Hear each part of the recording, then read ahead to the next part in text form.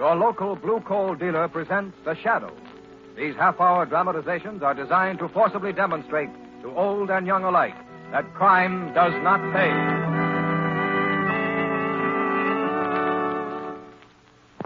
The Shadow's adventure begins in just a moment. But first, do you know exactly what the blue coloring on blue coal means? Well, that's the trademark of the Glen Alden Coal Company, the world's largest hard coal producer. And it's placed on their product, blue coal, to guarantee that you're getting a superior quality anthracite. So insist on blue coal when you order anthracite for the coming winter. Your entire family will appreciate blue coal's greater heating comfort. You'll appreciate blue coal's greater heating economy. Call your dealer for your supply of blue coal tomorrow.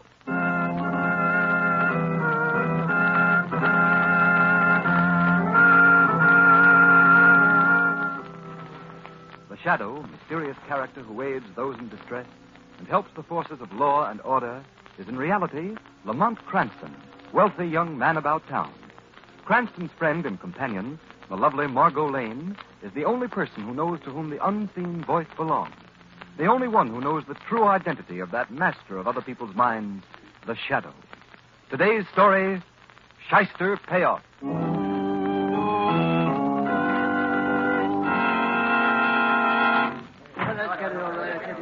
Commissioner Weston, my paper wants to know what you're doing about this wave of holdup. I hear you're resigning, Commissioner. What about the mayor's statement, Weston? Yes, come on, let's have your story. Wait a minute, boys. Right. I'll give you a statement. Okay, Commissioner, thanks. Sure, we're having a crime wave. But the police department is as good as you'll find in any city. We make arrests.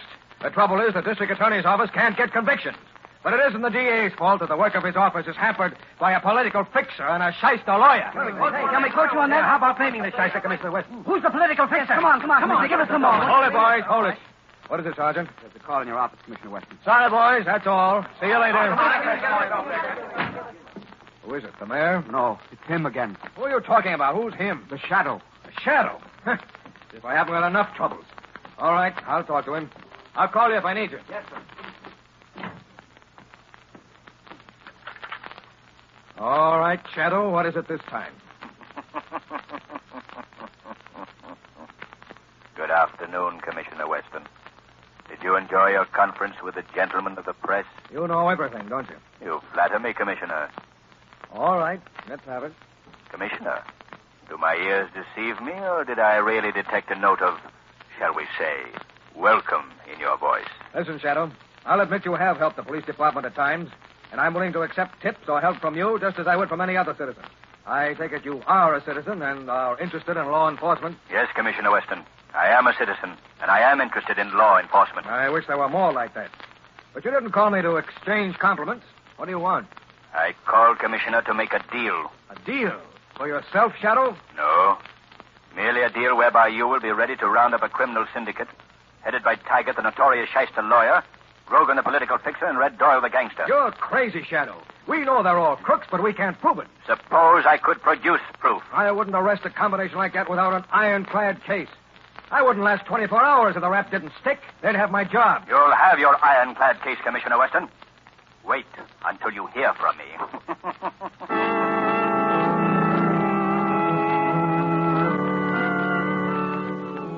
Your Honor, it is the court. I submit that the indictment against my client, Harry Dale, is improperly drawn, and I therefore ask that the state's case be dismissed. I object, Your Honor. The indictment against Harry Dale is properly drawn under Section 73 of the Penal Code. Order in the court. Just a moment, gentlemen. The jury will please retire, where I hear your arguments on a point of law which is not within the province of their deliberation. Very well, Mr. Taggart, Mr. Prosecutor, step to the bar. I will hear your arguments as to the validity of this indictment. Lamont Cranston, would you mind telling me why we've been following this lawyer, Rex Taggart, from court to court, watching him plead case after case? Just to give my very lovely assistant, Margot Lane, a cook's tour of the more unpleasant side of the legal profession. How do you like Taggart, Margot? He reminds me of a snake. What's he doing now, Lamont? Taggart is pulling another legal technicality and snatching another criminal from the hands of the law. How does he get away with it? The law, Margot, is flexible. But its flexibility can be used by Shyster lawyers like Taggart to provide loopholes. Order! Silence in the court! Watch what happens now. Order! Silence in the court. Mr. Prosecutor, I regret I must agree with the arguments of counsel for the defense, Mr. Tiger. I protest, Your Honor. I protest. Due to the testimony given by the defense, and because of this technical error in the indictment, I must dismiss the case against Harry Dale and discharge the jury.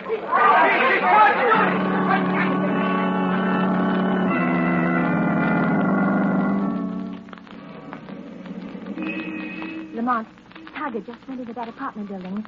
How much longer are we going to follow him around in the car? I've got to follow Taggart, watch every move he makes, Margot. I promised Commissioner Weston an airtight case. I'm getting proof of a vicious racket. A racket that forces innocent people into a life of crime.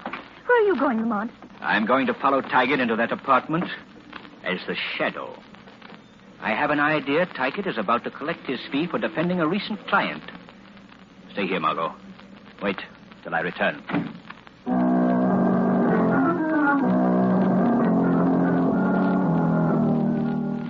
Mr. Taggart, why have you come to my apartment? My brother's not here. My brother's not here, I tell you. I've given you every cent I have, every cent I can raise for defending him. For saving your brother from the electric chair, Ruth Dale. But my brother was innocent. Yes, but the evidence was all against him. Your brother is alive, free, only because of my knowledge of the law and your perjured testimony. Why, you made me testify falsely. You told me it was the only way to save my brother. Yes, I did. Do you want him tried again on the evidence?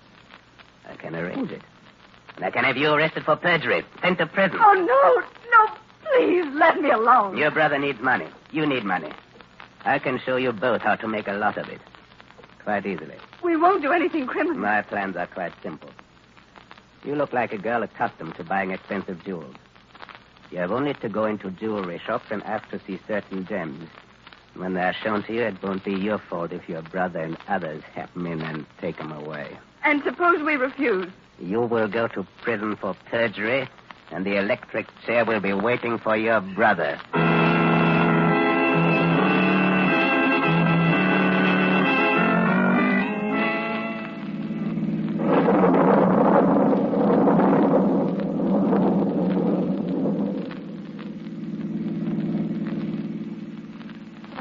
Night to be driving, Lamont. Sorry, Margot. Wherever Taggart goes, we go. Oh, I detest Taggart. But I'm glad he was able to get Dr. Lambert's parole. I never did believe Dr. Lambert was responsible for that woman's death. Yes, Margot. I'm glad Lambert is out, too. But I'm sorry for anyone Taggart helps. Lamont, do you think Taggart means to force him into his crime syndicate, too? Yes, Margot. The way he's done to Ruth Dale and her brother and many others. Oh, but those poor people he's forcing into crime must be helped. Why don't you tell Commissioner Weston? I'm not ready, Margot.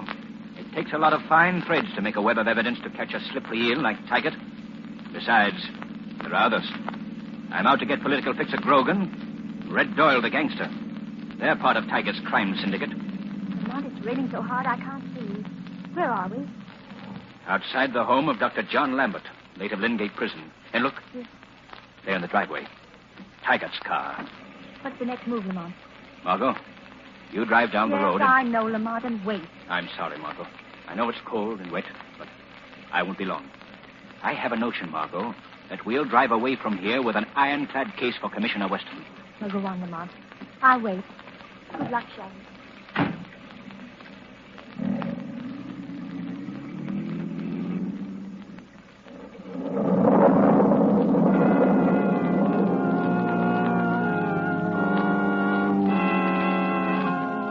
Oh, why did you get me out, Tiger? What good am I to myself or to anybody? A doctor convicted of murder without a right to practice. Where can I go? The parole board said I can't leave the state. What can I do? The board says I'll be sent back to prison if I don't get a job. Why didn't you let me serve out my sentence? Why didn't you leave me alone? Easy. Take it easy. Because I can use you, Dr. Lambert. I have connections, friends who need a doctor that can trust. Oh, who would trust me? You can be trusted because you have reason to hate and fear the law as much as these connections of mine. But I've got to have a legitimate job or I'll be sent back to prison. I'll arrange that. All right, what do I have to do? It's right in your line as a surgeon. You'll be ready, day or night, to treat gunshot wounds, remove bullets, perhaps graft skin, and change faces which have unfortunately found their way into the rogues gallery of the police. What's in it for me? Money. Money you'll need for that fresh start when your year's probation is over. You'd let me go when my probation's up a year from now? Sure. That's fair enough, isn't it? Just for 1 year. 12 months. then money and a chance to get away, far away. All right, Taggart, I'll do it. When do I start? I'm afraid, Doctor, you'll have to wait until one of my connections gets hit. Meanwhile, here's 200 as a retainer. Tell the probation board you're working for me as an investigator, but keep away from my law office. Just stay here and wait till you hear from me. All right, I understand. Maybe a week, even before you get a call. But when it comes, go where you're told. And keep your mouth shut, or you'll go back to the big house for another stretch. That's all, Dr. Lambert. A Shyster lawyer. A Shyster doctor. You're in good company, John Lambert. Good company. Oh, I've got to stop talking to myself. I'm not in solitary. I'm free. I'm not in prison anymore. What was that? That voice. No, you're still in prison. You're not free, John Lambert. You'll never be free. They'll never let you go. A voice. It laughed. It spoke to me and answered me. Oh, am I losing my mind? No, Lambert. You're quite sane. But unless you listen to me, you're entering another kind of bondage. But what is this voice? It can't happen. It can't. There is more than a voice in this room. I am quite real. Quite close to you. As close as Rex Taggart was a few moments ago. Hypnosis. Yes, hypnosis. I'm here in this room, but I've clouded your mind so that you cannot see me. But who are you? What do you want? John Lambert, haven't you ever heard a certain name whispered through the dark cells of Lingate Prison? A name associated with the unseen? A name criminals hate and fear? The Shadow. You are the Shadow? Yes, but you have no reason to fear me. I believe you're an innocent man, unjustly convicted. The newspaper said I was innocent, too. But I went to prison just the same for 7 long years. Now, Taggart has offered me money, then freedom after a year. What can you offer, Shadow? A chance to be true to your profession, to yourself. I have no profession. They took that away from me, and they took my self-respect, too. I'm not Dr. John Lambert, the surgeon. I'm ex-con number 2847, convicted murderer, out on parole because of a Shyster, dirty Shyster lawyer. There is no more Dr. John Lambert. You're wrong. That was John Lambert speaking just now, crying out against this bargain you've made with Taggart, a swine who never kept a bargain in his life. Oh, yes. You're right, Shadow. I can't go through with it. And yet if I don't, Taggart will send me back. You know, he can. He has influence. I, too, have influence and power, Dr. Lambert. Dr. Lambert. It's been 7 years and anybody called me doctor? Without a sneer or a laugh. What would you give to regain your professional honor? To escape Taggart's bondage? Oh, don't, Shadow, please. The law can make amends. The law? It needs your help. Why should I help the law? It destroyed me. You can help put an end to criminal slavery such as Taggart offers you and countless others. You can help wipe out a vicious racket that enslaves poor unfortunates more than the prison from which they were released. Prison. Bondage. Yes, that's it. It's bondage. Not freedom, not hope. You'll never be free. You'll never have hope. Unless... Unless what, Shadow? Unless you help me put Taggart and his kind behind bars. All right, Shadow. I will. I'll do it. I'll do anything you say, because I know I can trust you. Even the men you sent to Lingate, the men who hate and fear you, swear you never break your word. I'll keep my word, Dr. Lambert. Tell me what you want me to do. Do nothing until Taggart's associates call you. Then go where they tell you. But before you go, I want you to phone a certain number. What number, Shadow? It's written on the old prescription pad on your desk. On the old prescription pad? Yes, Dr. Lambert. On the prescription pad. See it there? Old. 7 years yellowed with age. But that number will bring the Shadow to you, wherever you go. And it will mark the beginning of the road back for you and many others, if you do not fail me. If you do not fail the Shadow.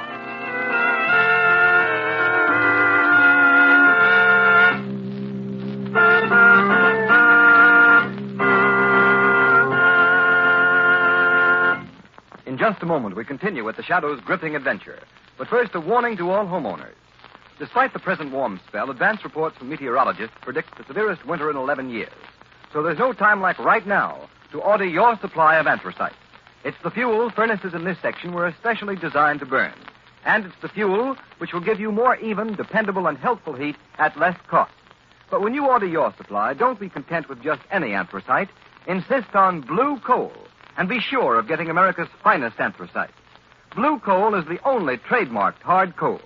It's a guaranteed product of the Glen Alden Coal Company, the world's largest anthracite producer. Each carload as it comes from their mines is carefully tested by inspectors. Only the coal which meets Glen Alden's highest standards of quality is accepted for shipment and trademarked a harmless blue for easy identification. You'll welcome blue coal's greater economy. It burns better, banks better, gives you longer firing periods. So call and order your supply of blue coal tomorrow. Your dealer's name is listed in the Where to Buy It section of your classified telephone directory under the words Blue Coal. And be sure to ask your dealer about the Blue Coal heat regulator. It's a thermostat which controls your furnace dampers automatically and saves you all the time and trouble of constant furnace attention.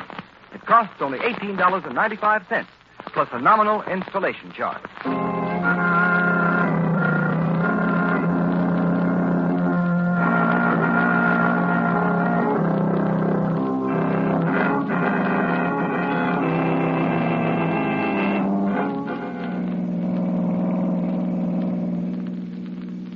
I believe this is the end of the trail, Margot. I hope so, Lamont. When did Dr. Lambert phone you? About an hour ago. Taggart ordered him to go to the old Empire Hotel. Where's that? Along the beach, about 3 blocks from here. Slow the car down, Margot. I thought every hotel out here was closed for the winter. They are. So it makes an ideal headquarters for Taggart's mob. Why don't you let Commissioner Weston round them up, Lamont? You've done enough. No, Margot. I promised Weston an airtight case. I've got to be sure the whole outfit is caught with the goods before I give Weston the word to close in. What makes you so sure this will be the finish? It's the logical time for the gang to be paid off, Margot. Those 3 big jewel robberies this week, all unquestionably Taggart's gang. A girl going into the stores and asking to see certain valuable gems. That was Ruth Dale, all right. The description fitted perfectly. But why did they call for Dr. Lambert? The driver of the getaway car was shot, Margot. I'll lay 2 to 1 Lambert is treating him right now. Be careful he doesn't have to take a bullet out of the shadow. Oh, let's stop right here, Margot. Yeah, this is close enough. Now, Margot, wait and keep the short wave tuned in on the band the shadow always uses. Phone Weston the minute I give the word.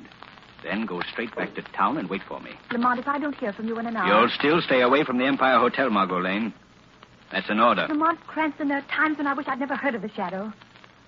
Well, go on, Lamont, and get this over with.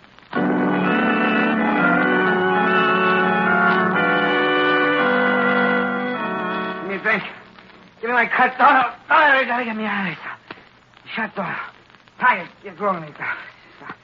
I don't want to burn. I don't want to burn. There. Easy now, please. Please take it easy. Listen, Doc. Yes? Keep that guy quiet. Give him something to shut him up. That's what we're paying you for. The man is delirious, Doyle. Why didn't you call me sooner? Fix him up and don't ask so many questions. Where's Tiger? Where's Tiger? He's in the next room. What do you care? Now, you do as you're told and shut that guy up. Come on, Doyle. Let's get this split figured out. Okay, Tiger. Keep your shirt on. I'm coming. Doyle, don't get me. Throw me down. I'm sorry, fella, but I guess I'll have to put you under. Oh, why doesn't the shadow come? They're all here. Why doesn't he come? I am here, Dr. Lambert. I've been here for several minutes. Shadow. Thank heaven you found the place. Well, Tiger, Give the man a hypo if he can stand it. Put him to sleep. I've already given it to him, but he should be in a hospital. He'll be on his way to a hospital in a few minutes. Are those the men you want out there, Shadow? Red Doyle is the actual leader of the gang, but Tiger gives the orders. I don't know anything about Grogan. Grogan is the rottenest of the lot. He's a political fixer, without whom no big gang can operate. Well, but you're not going to tackle them alone. No, but we're going to hold them in the next room until the police can close in. Commissioner Weston is waiting for word from me. Can you handle a gun? Yes. Here. This wounded man has gone under. He won't give us any trouble. Good. Quick now. Take his gun over there on the table. All right, Shadow. It's loaded. Good. Now pocket that gun. Go in that other room. Get as close to Taggart as you can. When I speak, grab Taggart and shove that gun in his back. Don't let anyone get behind you. All right, Shadow. You haven't failed me so far, and I trust you now. Calling Margot Lane. Phone Weston at the 17th Precinct Station. He is there, ready and waiting. Tell him to surround and raid the Empire Hotel. Break into basement. Let no one escape. That is all.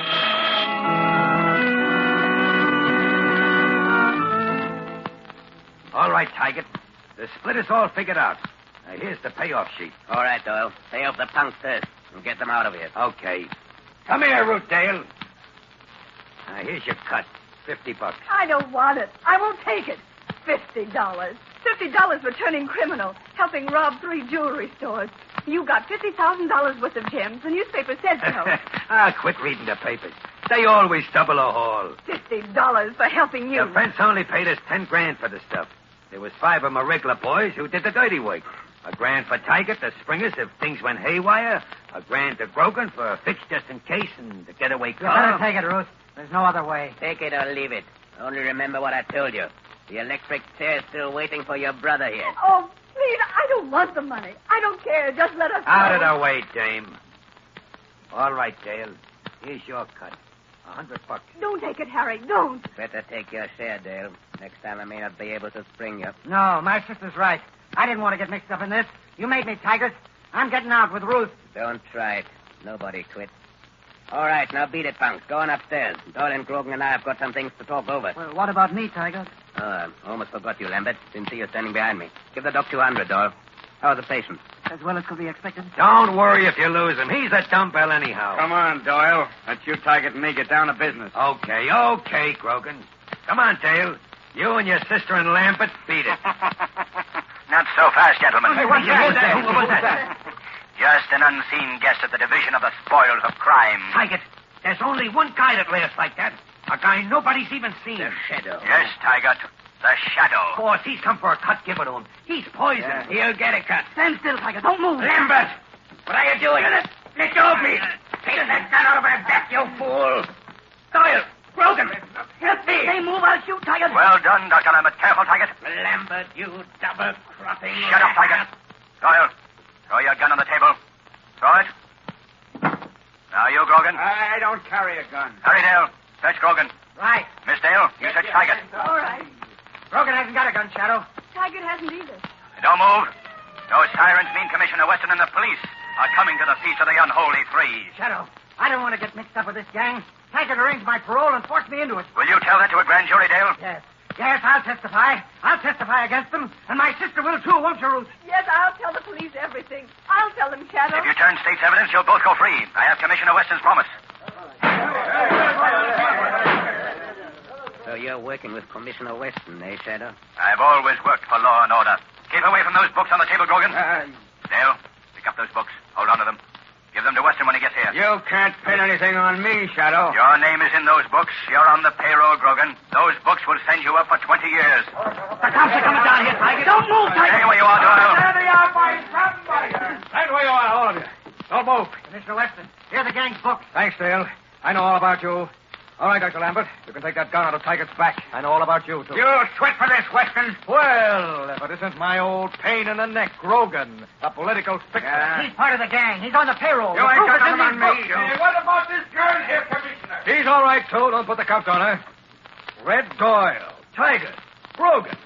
What a night's work. You never pin anything on me, Weston. Save your Shyster breath for the trial, Tiger. All right, take him away, boys. Right here, Commissioner. Sergeant. Yes, sir. Take Harry Dale and his sister Ruth and Dr. Lambert to my office. Get their statements and have them wait for me. Yes, Commissioner. There's a wounded man in the other room, Commissioner. He's badly hurt. Sergeant, get him and rush him to the hospital. All right, boys, take these crooks out of here.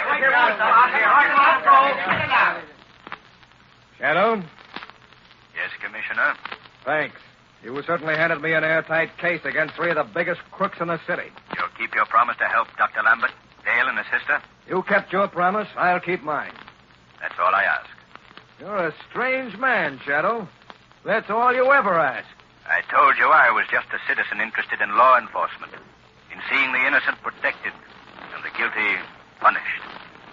Goodbye, Commissioner. Until we meet again.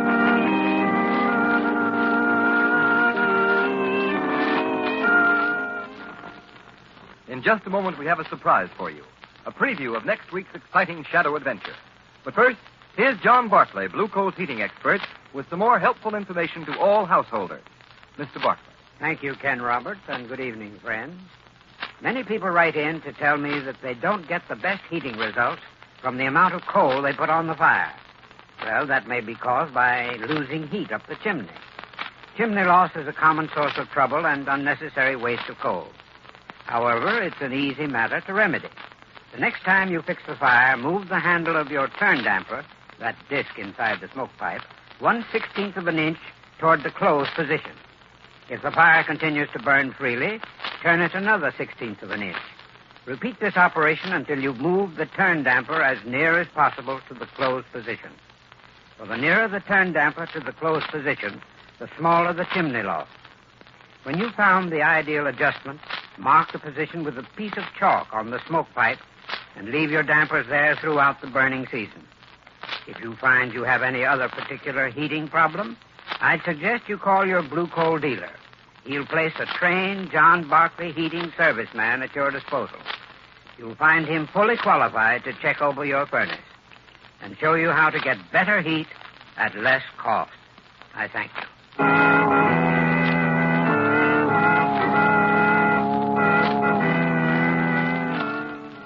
Now, a preview of next week's shadow story, Black Rock.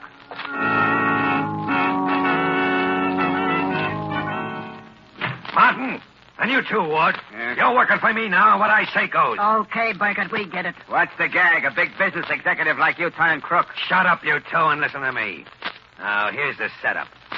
I'm going to steal, or shall I say acquire, the entire profits, $2 million, of my company. Oh, boy, I get it, and then leave all the poor stockholders holding the bag. You'd take candy from a baby, wouldn't you? Don't worry. You two guys, you'll get your cut. Will innocent stockholders be robbed by an unscrupulous profiteer, or will the Shadow be able to protect them? Find out next week when you hear the Shadow's newest adventure, Black Rock.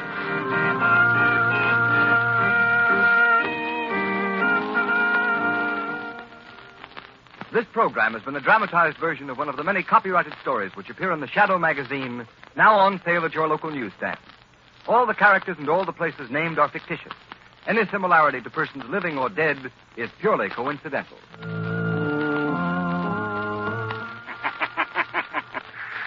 weed of crime bears bitter fruit. Crime does not pay. The Shadow knows. Next week, same time, same station, Blue Coal, America's finest anthracite, will again present The Shadow.